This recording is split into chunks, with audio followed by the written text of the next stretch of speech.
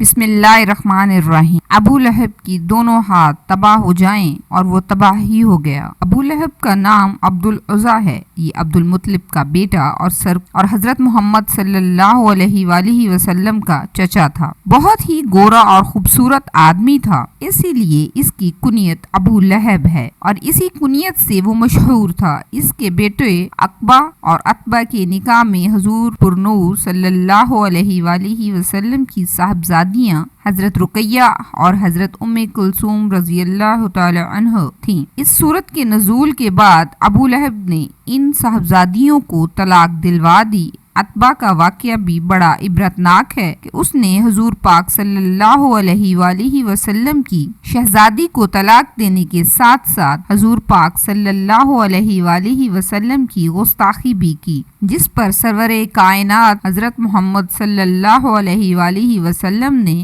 اس کے لیے ہلاکت کی دعا کی۔ چنانچہ ایک سفر میں بڑی حفاظتوں کا انتظام کر لینے کے باوجود ایک شیر نے اسے پھاڑ ڈالا۔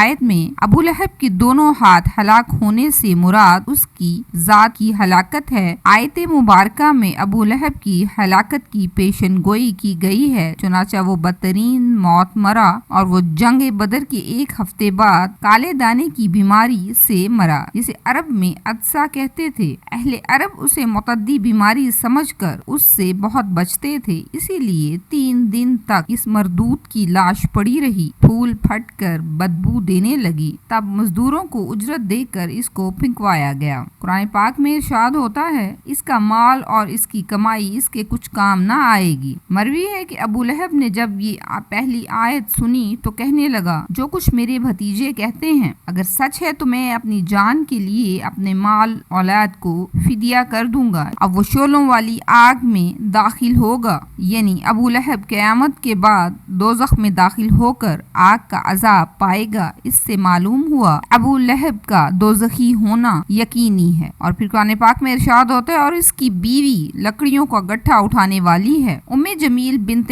حرب بن امیہ، ابو سفیان کی بہن، جو حضرت نبی پاک صلی اللہ علیہ وآلہ وسلم سے نہایت اور عداوت رکھتی تھی، بہت دولت مند اور بڑے گھرانے کی عورت ہونے کے باوجود نبی پاک صلی اللہ علیہ وآلہ وسلم کی عداوت میں اس انتہا کو پہنچی ہوئی تھی کہ خود اپنے سر پر کانٹوں کا گٹھا لاد کر نبی پاک صلی اللہ علیہ وآلہ وسلم کے راستے میں ڈالتی، تاکہ حضور پرنور صلی اللہ علیہ وآلہ وسلم کو اور آپ کے صحابہ اکرام کو ایذا رسانی ہو اور انہیں تکلیف ہو۔ رسول پاک صلی اللہ علیہ وآلہ وسلم کی تکلیف اس کو اتنی پیاری تھی کہ وہ اس کام میں کسی دوسرے سے مدد لینا بھی گوارا نہ کرتی تھی۔ قرآن پاک میں ارشاد ہوتا ہے، اس کے گلے میں کھجور کی چھال کی رسی ہے۔ ام جمیل کے گلے میں کھجور کی چھال سے بنی ہوئی رسی ہوتی، جس سے وہ کانٹوں کا گٹھا باندھتی تھی۔ ایک دن یہ بوجھ اٹھا کر لا رہی تھی کہ تھک کر آرام لینے کے لیے ایک پتھر پر بیٹھ گئی۔ ایک فرشتے نے اللہ تعالیٰ کے حکم سے اس کے پیچھے سے اس کا گٹھا کھینچا اور وہ گرا، اور ام جمیل کو رسی سے گلے میں پھانسی لگ گئی اور وہ مر گئی۔ اس گستاخ خبیث نے دنیا میں بھی عذاب کا مزہ چکھا اور آخرت میں بھی عذاب میں جائے گی۔ آخرت میں آگ کی زنجیریں اس کے گلے میں ہوں گی، اور جہنم کی لکڑیوں کا گٹھا اس کی پشت پر لاد دیا جائے گا۔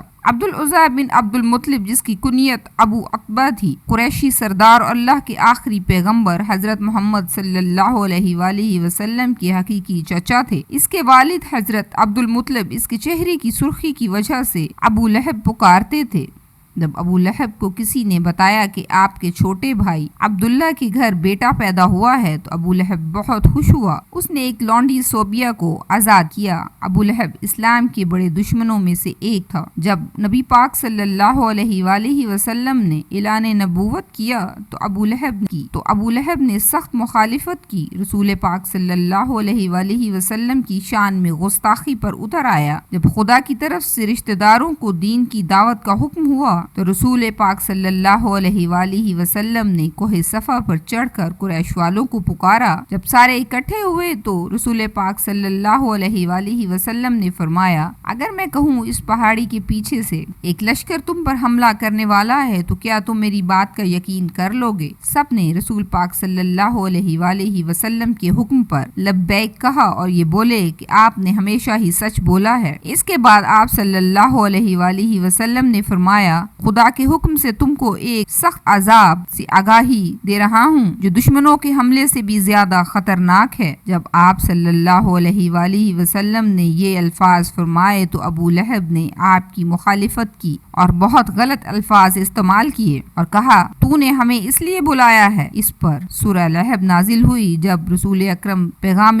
خدا دیتے تو ابو لہب آپ کو بڑا برا بھلا کہتا، یہ کہتا کہ آپ جھوٹے ہیں، اس لیے اپنے آباء و اجداد کے دین کو چھوڑ کر اپنا جھوٹا دین پھیلا رہے ہیں۔ بعض روایات میں ہے کہ ابو لہب نے کوہ صفا پر رسول خدا کو قتل کرنے کے لیے ایک پتھر بھی اٹھا لیا۔ ابو لہب رسول پاک صلی اللہ علیہ وآلہ وسلم کے اتنے مخالف تھے کہ جب رسول پاک صلی اللہ علیہ وآلہ وسلم کے بیٹے عبداللہ کا انتقال ہوا تو ابو لہب بہت خوش ہوا اور دوڑتا ہوا اپنے دوستوں کے پاس گیا اور کہا محمد ابتر ہوں گے، یعنی اس کی نسل ختم ہوگی، نعوذ باللہ۔ ایام حج میں بھی ابو لہب رسول پاک صلی اللہ علیہ وآلہ وسلم کے پیچھے لگا رہتا تھا، یہاں تک کہ وہ آپ کو پتھر مارتا جس سے آپ کی ایڑیوں تک خون جاری ہو جاتا۔ قرآن پاک میں بدبخت ابو لہب کی موت کے بارے میں سخت الفاظ بیان کیے گئے ہیں جو کہ حرف بحرف پورے ہوئے۔ وہ بہت دولت مند تھا اور اس کو اپنی دولت کا بہت گھمنڈ تھا۔ جب اس کو خدا کے عذاب سے ڈرایا جاتا تو وہ کہتا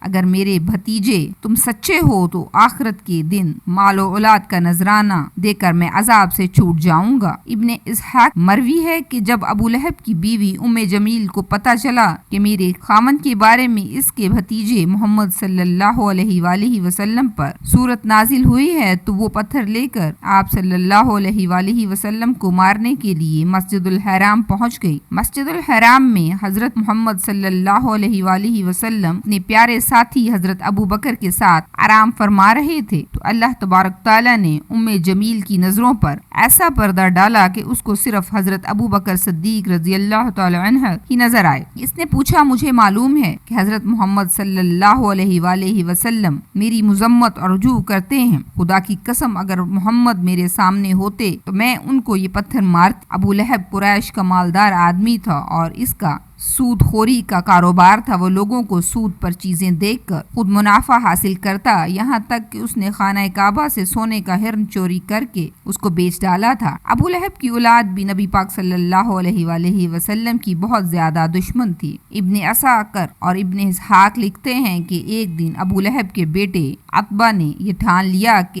وہ آپ صلی اللہ علیہ وآلہ وسلم کے پاس جا کر ان کے رب کو بری باتیں کہے گا اور ان کو اذیت پہنچائے گا۔ عتبہ بدبخت نبی پاک صلی اللہ علیہ وآلہ وسلم کے پاس آیا، بہت سخت کلامی کی اور سب سے بڑا جرم یہ کیا کہ اس نے چہرہ اقدس کی طرف تھوکا، مگر وہ ناپاک تھوک بجائے اطہر پر گرنے کی بجائے دور جا گری۔ اس کی گستاخی پر نبی پاک صلی اللہ علیہ وآلہ وسلم نے دعا مانگی، اے اللہ اس پر اپنے کتوں میں سے کسی کتے کو مسلط کر دے۔ عتبہ اپنے خیال میں بڑا کارنامہ سر انجام دے کر اپنے باپ کے پاس آ گیا۔ ابو لہب نے پوچھا پیارے بیٹے تو نے ان سے کیا کہا؟ اس نے بتایا کہ میں نے یہ کیا۔ تو وہ پوچھنے لگا اس پر میرے بھتیجے محمد نے کیا کہا؟ عتبہ نے بتایا کہ اس نے بد دعا دی ہے۔ یہ سنتے ہی ابو لہب کا رنگ سرخ ہو گیا کیونکہ وہ جانتا تھا کہ محمد صلی اللہ علیہ وآلہ وسلم کی کوئی دعا ایسی نہیں جو قبول نہ ہو۔ اب وہ پل پل اپنے بیٹے کا خیال رکھتا۔ ایک دفعہ ابو لہب ایک قافلے کے ساتھ شام روانہ ہوا۔ راستے میں ایک جنگل میں جا کر انہیں کہیں پڑاؤ کرنا پڑا۔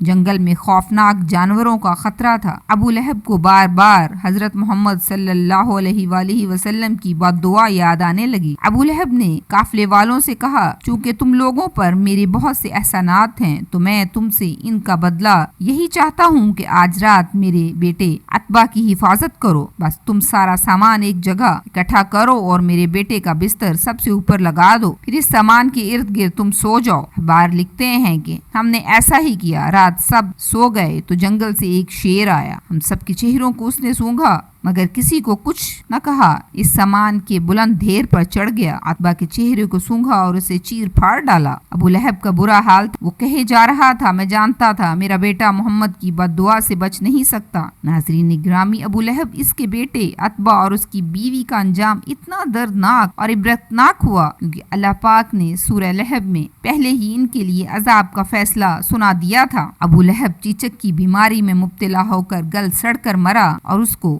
اس کے خاندان والوں نے گھر سے نکال دیا تھا اور وہ 8 دن اس بیماری میں اور بدبو میں رہتے ہوئے جہنم واصل ہو گیا اور اس کی لاش 3 دن تک پڑی رہی اور ہر طرف اس کی بدبو پھیل رہی تھی۔ لوگوں نے اس کے خاندان والوں کو شرم دلوا کر اس پر انہوں نے ان تانوں سے تنگ آ کر کچھ حبشیوں کو اجرت دے کر اس لاش کو اٹھوایا اور ایک گڑھے میں پھینک دیا۔ ابو لہب کی بیوی جو جمیل کے نام سے معروف تھی، ابو سفیان کی بہن تھی، اس کا نام عروہ بنت حرب تھا اور وہ ایڑیاں رگڑ رگڑ کر مری اور اللہ پاک نے ارشاد فرمایا اس کی گردن میں مونج کی رسی ڈال کر اسے جہنم میں پھینکا گیا ہے۔ وہ اپنی قیمتی ہار پر فخر کیا کرتی تھی اور شوخیاں مارا کرتی تھی کہ میں اس کو بیچ کر محمد صلی اللہ علیہ وآلہ وسلم کی مخالفت میں لگا دوں گی، لیکن اللہ پاک نے اسی گردن میں آگ کا توق ڈالا جس سے شیطان بھی پناہ مانگتا ہوگا۔ اللہ تعالی ہمیں اسلام کے بتائے ہوئے راستوں پر چلنے کی توفیق دے۔ ویڈیو کے اختتام پر آپ سے التماس ہے کہ چینل کو لائک اور سبسکرائب کریں۔ شکریہ۔